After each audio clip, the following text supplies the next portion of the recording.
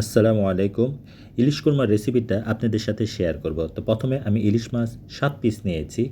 এখানে তারপরে নিয়েছি আদা বাটা ১ চামচ, রসুন বাটা ১ চামচ, টক দই পরিমাণ মতো, কাজু বাদাম বাটা ১ চামচ আর পোস্তদানা বাটা ১ চামচ।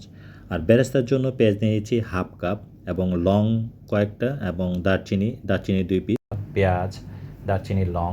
তো পেঁয়াজটা আমরা প্রথমে ভেজে নিতে হবে, ভালো করে ভেজে নিতে হবে। যখন লালচে হয়ে যাবে তখন এটা আরও একটু ভালো করে ভেজে নিতে হবে। লাল একটু যখন বাদামি কালার হয়ে যাবে তখন আমরা দারচিনি, লং, এলাচ দিয়ে দিব। এটা ভালো করে ভাজতে হবে। একটু সময় নিয়ে ভালো করে ভাজতে হবে। ভাজা হয়ে গেলে তখন আমরা এখানে দিয়ে দেবো পেঁয়াজের যে পেস্ট করা থাকে ওইটা আমরা দিয়ে দেবো। পেঁয়াজটা আমরা যেটা বেটে নিয়েছিলাম ওইটা আমরা দিয়ে দেবো, পেস্ট করাটা দিয়ে দিলাম। তো এখানে পেঁয়াজটা যত ভালো করে ভাজতে লাগলাম, ভালো করে ভাজার পরে দেখলাম যে না, পেঁয়াজটা আরও কিছু লাগবে। তো এখানে আরও ৩ চামচ পেঁয়াজ আরও দিয়ে দিলাম। যেহেতু এটা আমরা ইলিশ কুরমা রান্না করব, তো এখানে একটা গ্রেভির একটা ভাব আছে, গ্রেভি একটা থাকতে হবে। সো এখানে একটা অ্যামাউন্ট একটা বিষয় আছে। সো ওই হিসাব করে আমরা পেঁয়াজটা আরও ৩ চামচ বাড়িয়ে দিলাম। তো এখানে আরও ওই অ্যাড করতেছি, যেমন আদা বাটা, রসুন বাটাটাও সাথে দিয়ে দিলাম। আদা বাটা, রসুন বাটা এটা পুরোটা খুব সুন্দর করে মিশিয়ে নিতে হবে, ভালো করে রান্না করতে হবে, ভালো করে ভুনা করতে হবে। পানি যেটা দেখা যাচ্ছে সেটা ভালো করে শুকিয়ে ফেলতে হবে, মোটামুটি একটু শুকিয়ে ফেলতে হবে। তো এই পর্যায়ে আসলে এখন আমরা দিব ধনিয়া গুঁড়া, তারপরে দিব আমরা জিরা গুঁড়া। তো দোঁটাই আবার সুন্দর করে মিশিয়ে নিতে হবে। দেওয়ার পরে আবার দোঁটা খুব সুন্দর করে মিশিয়ে নিতে হবে, এভাবে মিশাইতে হবে। আর বিশেষ করে যখন আমাদের এটা মিশানো হয়ে যাবে তখন আমরা দেব লাল মরিচের গুঁড়োটা আমরা এটার সাথে অ্যাড করব। এটাও আবার সাথে সাথে ইয়ে করবো। এটা ঝালের বিষয়টা হচ্ছে আপনার উপরে, আপনার টেস্টের উপরে আপনি কেমন ঝাল খাবেন। আমরা যেমন ঝালটা একটু কম খাই, এর জন্য হালকা একটা ঝাল এটা দিয়ে নিয়েছি আর কি। তো এরকমই যার যেমন ঝাল পছন্দ এরকম দিয়ে নিলেই হবে।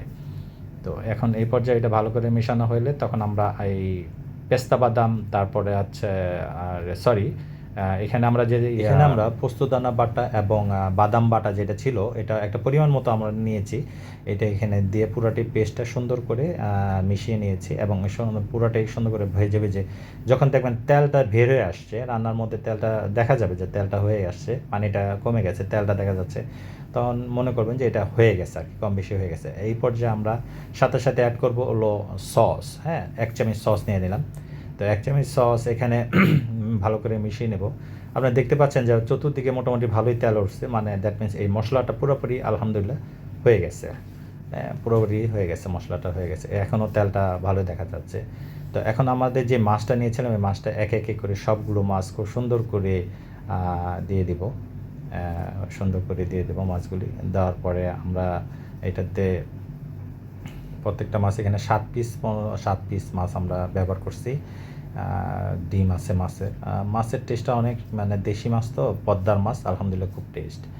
তো এখানে মাছটা দেওয়ার পরে আমরা যেটা করব সেটা হচ্ছে আর মশলাটা মাছের সাথে খুব সুন্দর করে মিশাবো।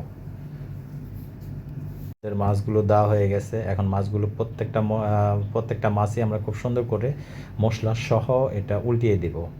হ্যাঁ, প্রতিটা মাছই আমরা খুব সুন্দর করে মশলা সহ উল্টিয়ে দিব।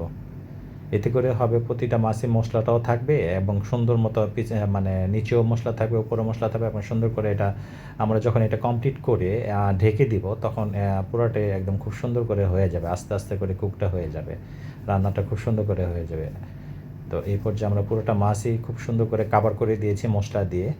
হ্যাঁ, পুরোটা মাছই কাভার করে দেওয়া হয়েছে মশলা দিয়ে। তো এই পর্যায়ে এটা আস্তে আস্তে যখন হতে থাকবে তখন আমরা পরবর্তীতে এটাতে আমরা টক দই যেটা ছিল, টক দইটা খুব সুন্দর করে অ্যাড করে নেব। টক দইটাও এটা দিতে হবে, যেহেতু এটা কোরমা ওই ক্ষেত্রে আমরা টক দইটা সাধারণত দিয়ে থাকি, কোরমার ক্ষেত্রে টক দইটা আমরা দিই এবং এটা খুব সুন্দর করে পুরাটা টক দই আপনার মাছটার পুরাটা প্রত্যেকটা মাছই সুন্দর করে দিয়ে দিতে হবে, যেন প্রত্যেকটা মাছ টক দইটা পায়। এইভাবে দিলে জিনিসটা সুন্দর মতো হবে আর কি, রান্নাটা সুন্দর হবে, টেস্টটাও ভালো আসবে। পুরোটাই খুব সুন্দর করে, আসলে কোরমা অনেক টেস্টি একটা খাবার। এটা আমরা সবসময় যেহেতু আমাদের খাওয়া হয় না, এটা মাঝে সাঝে আমরা একটা যে কোনো একটা অনুষ্ঠান অথবা শুক্রবার হোক, যখনই হোক তখনই আমরা এটা রান্না করি আর কি। বিশেষ করে আমাদের পরিবারের সবাই আলহামদুলিল্লাহ খুব এটা পছন্দ করে, খুব টেস্টি একটা ডিশ, এটা আমরা খাই আর কি, টেস্টি, এটা খুব ভালো লাগে। তো এখানে যেটা বাকি ছিল সেটা হচ্ছে এখন আমরা দেবো লবণ, পরিমাণ মতো লবণটা দিয়ে নিলাম, যার যার টেস্ট অনুযায়ী পরিমাণ মতো লবণটা দিয়ে দিলাম। আর তারপরে দিব এখানে, এটা লবণটা দেওয়ার পরে এটা ভালো করে মিশিয়ে নিতে হবে। হ্যাঁ, লবণটা দেওয়ার পর তারপরে একটু ভালো করে মিশিয়ে নিতে হবে। তো আমরা লবণটা দেওয়ার পর ভালো করে একটু নেড়ে চেড়ে খুব সুন্দর করে দিয়ে দেবো যেন এটা পুরোপুরি মিশে যায়। কি সুন্দর, আলহামদুলিল্লাহ, একদম পুরো চতুর্দিকে মানে ঝোলটা এমনভাবে উঠছে, তেলটা এমনভাবে সুন্দরভাবে উঠছে, দেখতে খুব ভালো লাগতেছে এবং স্মেলটা চমৎকার একটা স্মেল আসতেছিল। এবং এই পর্যায়ে আমরা কয়েকটা কাঁচামরিচ দিয়ে দিলাম এবং দুধ, লিকুইড পাউডারটাকে লিকুইড করে আমরা খুব সুন্দর করে এটা চতুর্দিকে দিয়ে দিলাম আর কি। হ্যাঁ, লিকুইড, এটা একটা পরিমাণ মতো, যার যেমন পরিমাণ, এটা জাস্ট একটা পরিমাণ মতো। এখানে কোনো আপনার ওই ধরনের 2 চামচও এখানে দিতে পারেন, 2.5 চামচ, 2 চামচ, এটা পরিমাণের উপরে ডিপেন্ড করবে আর কি। হ্যাঁ, তো এখন তারপরে আমরা করেছিলাম, এটাকে ভালো করে নেড়ে চেড়ে খুব সুন্দর করে যেন মিশে যায় সব কিছু, মিশে যায় এরকম একটা কোরমার যেই মানে লুকটা, এটা আলহামদুলিল্লাহ চলে আসছে। কোরমারও একটা খুব সুন্দর লুক, যেটা আমরা এখন দেখতে পাচ্ছি, খুবই সুন্দর, আলহামদুলিল্লাহ, খুব ভালো লাগতেছে। তো এটা আশা করি আপনারা সবাই ট্রাই করবেন, এটা খুবই একটা পছন্দ খাওয়া, আশা করি সবাই এটা পছন্দও করেন, সবাই ট্রাই করবেন। তা এখন আমরা এটাকে নেড়ে চেড়ে সব কিছু করে দেবো যেন প্রতিটা সাইডে মাছটা যেন হয়ে যায়। এটা একটু নেড়ে দিলাম, উঠে দিলাম। এখন আমরা একটু ঢেকে দেব রান্নাটা যেন ঠিকমতো হয়। এখন বাকি যে আমরা বেরেস্তাটা করেছিলাম পেস্টটা ভেজে, ওই বেরেস্তাটা এখন দিয়ে দিলাম, বেরেস্তাটা এখন দিয়ে দিলাম। দ্যাট মিন্স আমাদের রান্নাটা আলহামদুলিল্লাহ অলমোস্ট শেষ পর্যায়ে, আর অল্প কিছুক্ষণ হয়তো এটা অল্প কিছুক্ষণ এটা আমরা রাখবো, রেখে এটা যে ফিনিশিংটা আছে আমরা ফিনিশিংটা আলহামদুলিল্লাহ কমপ্লিট করবো আর কি। ফিনিশিংটা হয়ে গেলে বাস এটা আর কিছুক্ষণ ওয়েট করবো, আর 2-3 মিনিট আমরা 2-2.5 মিনিটের মতো ওয়েট করবো আর কি। আমাদের রান্না আলহামদুলিল্লাহ অলমোস্ট হয়ে গেছে, অল্প কিছুক্ষণ আমরা এটা ওয়েট করি, নামিয়ে ফেলবো আর কি।